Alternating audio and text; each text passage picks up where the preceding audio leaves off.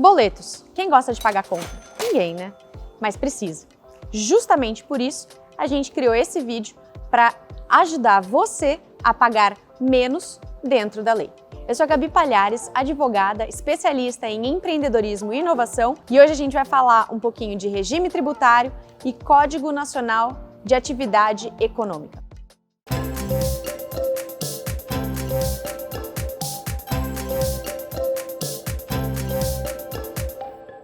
No Brasil, nós temos basicamente 3 tipos essenciais de regimes tributários: lucro real, lucro presumido e simples nacional. Muita gente confunde o regime tributário com o tipo societário, porque houve microempresa individual, microempresa, empresa de pequeno porte. Não é tudo a mesma coisa. A microempresa individual é um tipo societário e ela é atrelada, portanto, a uma sociedade, como essa sociedade é constituída. Uma microempresa, uma empresa de pequeno porte, uma empresa de médio ou grande porte, tem a ver com o quanto de tributo aquela empresa vai pagar para o fisco. Quando essa empresa é muito pequenininha, claro, ela proporcionalmente acaba pagando menos. E existem regimes tributários que ajudam essa empresa a pagar menos.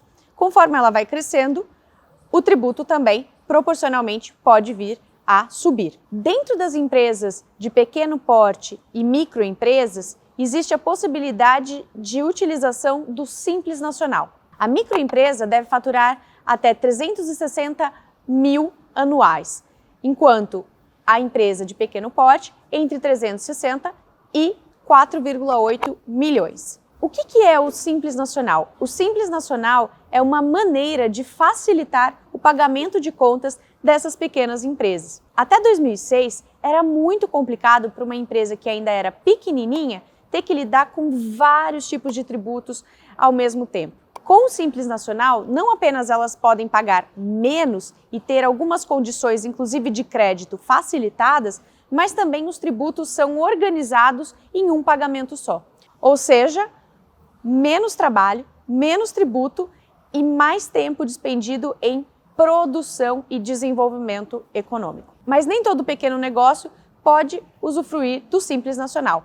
Existem diversas condições dentro da lei para que isso ocorra. E o principal motivo dessas condições é não permitir que grandes empresas sejam fatiadas em pequeninas empresas e daí então tenham o seu tributo reduzido proporcionalmente. Esse tipo de questão é uma fraude ao fisco e não pode ocorrer.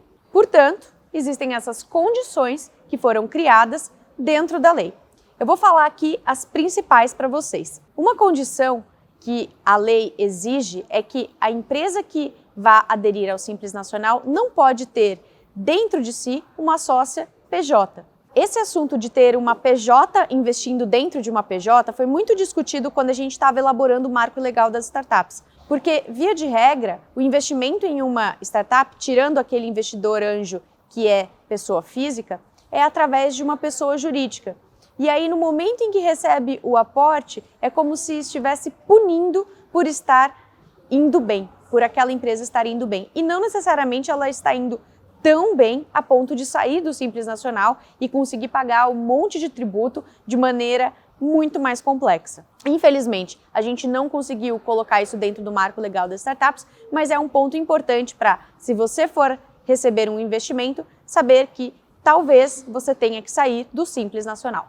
Uma outra questão é que a empresa que vá aderir ao Simples Nacional não pode ter uma filial ou uma representação no exterior.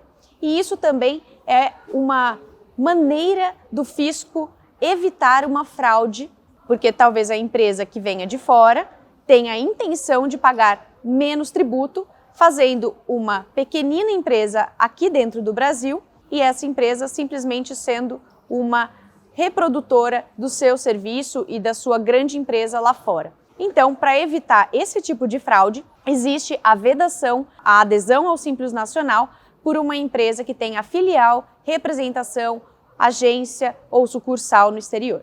Uma outra questão já mencionada é que a empresa não pode faturar mais que 4,8 milhões anual e, além disso, um dos sócios ou mais sócios for empresário, ou seja, tiver mais de uma empresa, o faturamento global desse empresário não pode atingir um valor superior a 3,6 milhões de reais. Outro ponto importante é que a sua empresa não pode ser uma sociedade anônima.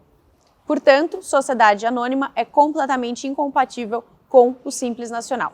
A sua empresa também não pode ser um banco, nem ter uma atividade financeira. A startup que aderir ao Simples Nacional também não pode ser resultado de uma cisão ou de qualquer desdobramento, desmembramento de uma grande empresa. Como eu disse lá no começo, não pode ser o resultado da repartição de uma grande empresa em pequenos pedaços. Caso isso aconteça, é uma fraude ao fisco. E por fim, uma questão muito importante é que, caso a empresa seja de apenas um sócio e esse sócio esteja executando uma atividade dentro de uma outra empresa com subordinação a algum chefe ali dentro, exclusividade, habitualidade, pessoalidade e como pessoa mesmo, física, ele não vai poder aderir ao Simples Nacional. E o motivo é que, caso essa empresa que esteja aderindo ao Simples Nacional realize essas atividades com essas características dentro de uma outra empresa, na verdade, ela está numa condição de empregado. E aí não é uma questão de pessoa jurídica, é na verdade o caso de uma pessoa física. E essa pessoa provavelmente vai ter que aderir à CLT, a legislação trabalhista brasileira. Duas últimas questões importantes para se mencionar. A primeira é que nem todas as atividades econômicas são compatíveis com o Simples Nacional, ainda que a empresa cumpra todos os requisitos da lei para realmente aderir a esse Simples Nacional, a esse regime tributário. E por fim, um ponto super positivo em relação ao Simples Nacional para você que é startup, é que se você fez o cadastro da sua empresa e a formalizou como empresa simples de inovação, ela vai poder aderir ao Simples Nacional. Isso não necessariamente é automático e depois do seu cadastro e da formalização, tem mais 30 dias para você solicitar a inclusão do seu negócio no Simples Nacional.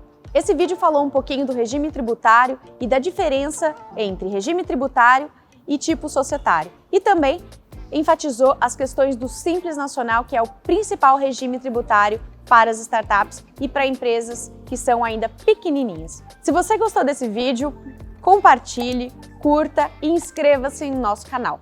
Sucesso na sua jornada e até a próxima!